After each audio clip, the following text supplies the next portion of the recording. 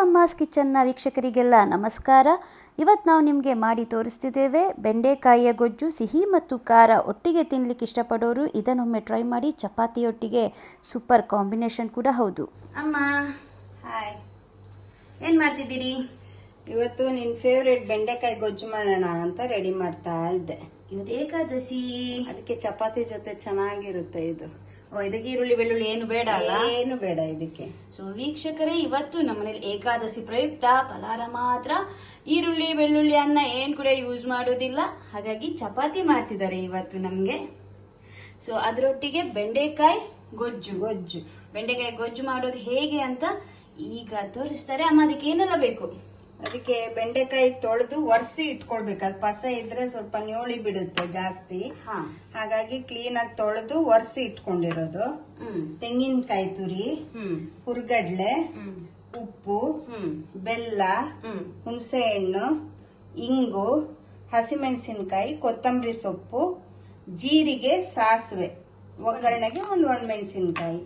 ಕಾಲ್ವಾಗ ಸಾಕು, ಯಾಕಂದ್ರೆ ಹಸಿಮೆಣಸಿನಕಾಯಿ ಹಾಕ್ತಿದ್ದೇವೆ. ನಮ್ಮನೆ ಖಾರ ಕಮ್ಮಿ ಅಲ್ವಾ, ಅರಿಶಿನ, ಮತ್ತೆ ಮಾಮೂಲಿ ಕರ್ಬೇವಿನ ಸೊಪ್ಪು ಒಗ್ಗರಣೆಗೆ. ಎಸ್, ಹೇಗ್ ಮಾಡೋದು? ಶುರು ಮಾಡಿ ಬಿಡೋಣ. ಈಗ ನಾವು ಫಸ್ಟ್ ಬೆಂಡೆಕಾಯಿನ ಸಣ್ಣಕ್ಕೆ ಹೆಚ್ಕೊಳ್ಬೇಕು. ಆಚೆ ಈಚೆ ತೊಟ್ಟು ತೆಗೆದು ಸಣ್ಣಕ್ಕೆ ಹೆಚ್ಕೊಳ್ಬೇಕು. ಹೀಗೆ ರೌಂಡ್ ರೌಂಡ್ ಗಾಲಿ ತರ. ಎಸ್, ಆಯ್ತಾ? ಮತ್ತೆ ಈ ಬೆಂಡೆಕಾಯಿ ಹೆಚ್ಚಬೇಕಾದ್ರೆ ಸ್ವಲ್ಪ ಜಾಗ್ರತೆಯಾಗಿ ನೋಡ್ಕೊಂಡು ಹೆಚ್ಚಬೇಕು ಪುಟ್ಟ. ಯಾಕಂದ್ರೆ ಅದರಲ್ಲಿ ಹುಳಗಳಿರೋದು ಜಾಸ್ತಿ ಆ ಒಳಗೆ ಇದಿದೆಲ್ಲ. ಹಾಗಾಗಿ ಸ್ವಲ್ಪ ನೋಡ್ಕೊಂಡು ಕಟ್ ಮಾಡ್ಕೊಳ್ಬೇಕು.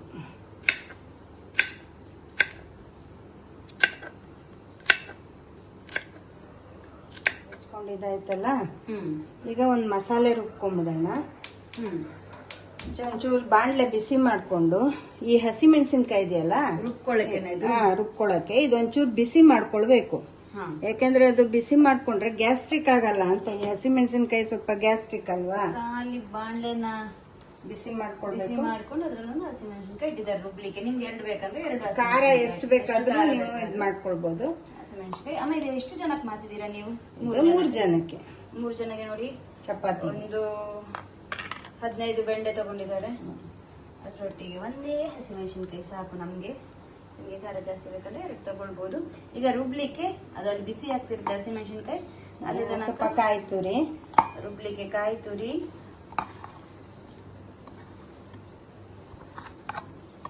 ಸ್ವಲ್ಪ ಸಾಕು. ಹುರ್ಗಡ್ಲೆ ಅದು ಸ್ವಲ್ಪ ಸಾಕು. ಆಮೇಲೆ ಬೆಲ್ಲ ಎಲ್ಲ ಇದಕ್ಕೆ ಹಾಕೊಳ್ಳೋದು. ಹುಣಸೆ ಹಣ್ಣು ಎಲ್ಲ ರುಬ್ಲಿಕ್ಕೆ ಹಾಕೊಳ್ತಿದ್ದಾರೆ. ಎಲ್ಲ ಹುಣಸೆ ಹಣ್ಣು, ಬೆಲ್ಲ, ಇಂಗು, ಮತ್ತೆ ಸ್ವಲ್ಪ ಜೀರಿಗೆ, ಆಮೇಲೆ ಸ್ವಲ್ಪ ಕೊತ್ತಂಬರಿ ಸೊಪ್ಪು. ಅದು ತೊಳೆದಿಟ್ಕೊಂಡಿದ್ದೀನಿ ಚೆನ್ನಾಗಿ. ಅದನ್ನು ಹಾಕೊಳ್ಳೋದು.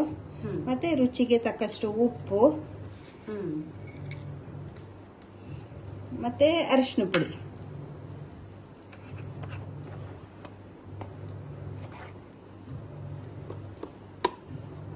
ಇಷ್ಟನ್ನು. ಮತ್ತೆ ಈಗ ಮೆಣಸಿನಕಾಯಿ ಬಿಸಿ ಆದ್ಮೇಲೆ ಮೆಣಸಿನಕಾಯಿ ಚೂರು ಬಿಸಿ ಆದಾಗ ಅದು ಹೇಗೆ ಗೊತ್ತಾಗುತ್ತೆ? ಅದು ಬೆಳ್ಳಗಾಗುತ್ತೆ ಈ ತರ.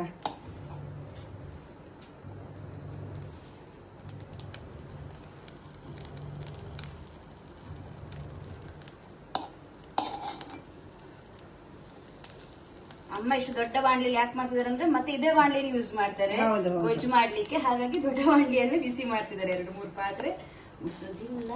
ಮತ್ತೆ ಕುಡಿಯೋರು ನಾವೇ ಅಲ್ಲ. ಮತ್ತೆ ಇದೇ ಬಾಣ್ಲಿ ಯೂಸ್ ಮಾಡ್ಬೋದಲ್ಲ. ಅದಕ್ಕೋಸ್ಕರ ನೋಡಿ ಈ ತರ ಬಿಳಿ ಆಗುತ್ತೆ. ಈ ತರ ಇಷ್ಟು ಬಿಳಿ ಆಗೋ ತನಕ ಬಿಸಿ ಮಾಡ್ಕೊಂಡ್ರೆ ಸಾಕು. ಎಸ್, ಮಾಡ್ಕೊಂಡು ಈಗ ಇದು ಹಸಿಮೆಣಸಿನಕಾಯಿ ಕೂಡ ರುಬ್ಲಿಕ್ಕೆ ನೋಡಿ. ಇಷ್ಟು ಈ ತರ ಬಿಳಿ ಆದ್ರೆ ಸಾಕು. ಬಿಸಿ ಆದ್ರೆ ಆಯ್ತು. ಇದನ್ನ ರುಬ್ಲಿಕ್ಕೆ ಹಾಕೊಳ್ತಿದ್ದಾರೆ. ನೀರು ಹಾಕೊಂಡು ಬನ್ನಿ ಪಕ್ಕಾಗಿ ರುಬ್ಕೊಂಡು ಬರೋಣ. ಚಟ್ನಿ ಹದಕ್ಕೆ, ಚಟ್ನಿ ಎಲ್ಲ ಮಾಡೋ ಅದಕ್ಕೆ ರುಬ್ಬೇಕು. ಎಸ್, ರುಬ್ಬಿ ಆಗಿದೆ. ಈ ಹದಕ್ಕೆ ಚಟ್ನಿ ಎಲ್ಲ ರುಬ್ಬೋ ಹದಕ್ಕೆ ರುಬ್ಕೊಂಡಿದ್ದಾರೆ. ಈಗ ಸ್ಟವ್ ಹಚ್ಕೊಳ್ಳೋದು. ಹಾ, ಸ್ಟವ್ ಹಚ್ಕೊಂಡು ಅದಕ್ಕೊಂದು ಸ್ವಲ್ಪ ಎಣ್ಣೆ ಹಾಕೊಳ್ಬೇಕು. ಮನೆಯಲ್ಲಿ ಅಡಿಗೆ ಎಣ್ಣೆನ ಹಾಕೊಳ್ಬಹುದು, ಉಪಯೋಗಿಸುವಂತಹ ಅಡಿಗೆ ಎಣ್ಣೆನ. ಎಣ್ಣೆ ಕಾದ್ಮೇಲೆ ಸಾಸಿವೆ ಇಲ್ಲಿ ಉಂಟು, ಜೀರಿಗೆ, ಕರ್ಬೇವಿನ ಸೊಪ್ಪಿನ ಪುಡಿ ಹಾಕ್ತಾ ಇದ್ದೀನಿ ನಾನು. ಸೊ ಹಿಂದಿನ ವಿಡಿಯೋದಲ್ಲಿ ತೋರಿಸಿದ್ರಲ್ಲ, ಕರ್ಬೇವಿನ ಸೊಪ್ಪಿನ ಬದಲು ಕರ್ಬೇವಿನ ಸೊಪ್ಪಿನ ಪುಡಿಯನ್ನು ಹಾಕ್ತಾರೆ. ಈಸಿಯಾಗಿ ಹೊಟ್ಟೆ ಒಳಗೆ ಹೋಗುತ್ತೆ. ಸಾಸಿವೆ ಚಟಪಟ ಅಂತಿದ್ದಾಗೆ ಜೀರಿಗೆ ಚಟಪಟ ಆದ್ಮೇಲೆ ಜೀರಿಗೆ ಹಾಕೋದು. ಆಮೇಲೆ ಒಣಮೆಣಸಿನ್ಕಾಯಿ ಹಾಕೋದು. ಸ್ವಲ್ಪ ಬೇಡ ಬೇಡ, ಯಾಕೆ ಇಷ್ಟು ಗಡಿ ಬಿಡಿ?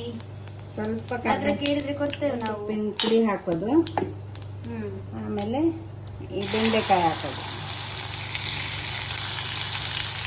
ಇದನ್ನ ಈ ಎಣ್ಣೆನಲ್ಲಿ ಚೆನ್ನಾಗಿ ಹುರ್ಕೊಳ್ಬೇಕು.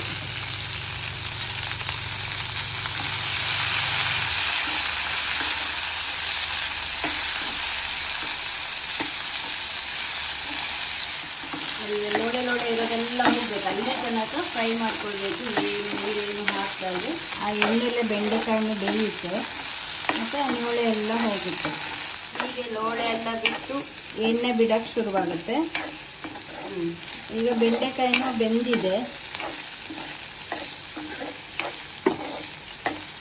ಈಗ ಈ ರುಬ್ಬಿಟ್ಟಿರೋದನ್ನ ಅದಕ್ಕೆ ಹಾಕೋದು.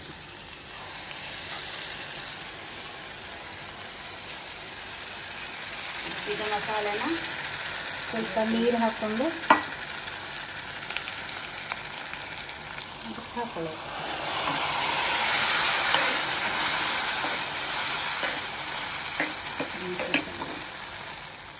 ಇನ್ನು ಸ್ವಲ್ಪ ನೀರು ಹಿಡಿಯುತ್ತೆ ಇದಕ್ಕೆ. ನಿಮಗೆ ನೆಂಚ್ಕೊಳ್ಳೋಕೆ ಎಷ್ಟು ಗ್ರೇವಿ ಟೈಪ್ ಇರಬೇಕು. ಗ್ರೇವಿ ಅಷ್ಟು ದಪ್ಪದಲ್ಲಿ ಗೊಜ್ಜು. ಸ್ವಲ್ಪ ನೀರೆಲ್ಲ ಡ್ರೈ ಆಗುತ್ತೆ, ಗಟ್ಟಿ ಆಗುತ್ತೆ ಬಿಸಿ ತಣ್ಣಗಾದ್ಮೇಲೆ. ಯಾಕೆಂದ್ರೆ ನಾವು ಹುರ್ಗಡ್ಲೆ ಹಾಕಿರ್ತೀವಲ್ಲ. ಕುದಿತಾ ಇದೆ. ಚೆನ್ನಾಗಿ ಕುದಿಸ್ಬೇಕು. ಅದು ಹುರ್ಗಡ್ಲೆದು ಇದೆಲ್ಲ ಹಸಿ ವಾಸನೆ ಹೋಗ್ಬೇಕು. ನೋಡ್ಕೊಂಡು ನೀರು ಹಾಕೊಳ್ಳಿ. ಅದು ನಿಮ್ಗೆ ಅಂದಾಜಾಗತ್ತೆ ಗ್ರೇವಿ ಎಷ್ಟು ಇದಿರುತ್ತೆ ಅಂತ ಹೇಳಿ. ಸೊ ಫೈನಲ್ ಆಗಿ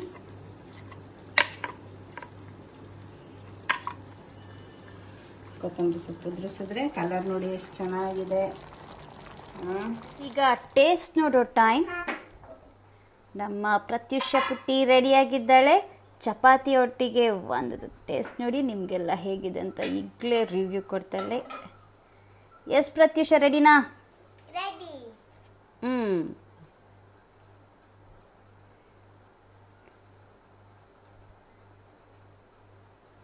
ಹೇಗುಂಟು? ಯಮ್ಮಿ. ಎಸ್, ಯಮ್ಮಿ ಅಂತೆ. ಥ್ಯಾಂಕ್ ಯು ಅಮ್ಮ. ಏಕಾದಶಿಗೆ ಒಳ್ಳೆ ಕಾಂಬಿನೇಷನ್ ಮಾಡಿದ್ದೀರಾ. ಜಾಸ್ತಿ ತಿನ್ನಲಿಕ್ಕಿಲ್ಲ ಏಕಾದಶಿಲಿ, ಬಟ್ ನನಗಂತೂ ತುಂಬ ಫೇವ್ರೆಟ್ ಚಪಾತಿ ಮತ್ತು ಹೆಲ್ತಿ ಬೆಂಡೆ ಗೊಜ್ಜು. ಹೆಲ್ತಿ ಮಾಡಿ ತಿನ್ನಿ, ಹೆಲ್ತಿಯಾಗಿರಿ. Healthy India.